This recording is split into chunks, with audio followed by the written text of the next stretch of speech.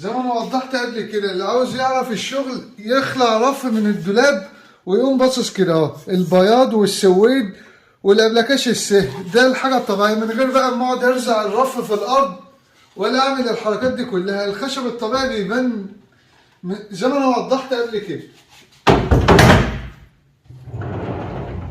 وزي ما انتم شايفين التشطيبات وحاجه بسم الله ما شاء الله. دي الضلفه اهي، دي ضلفه فيها رفين وماسوره، تمام.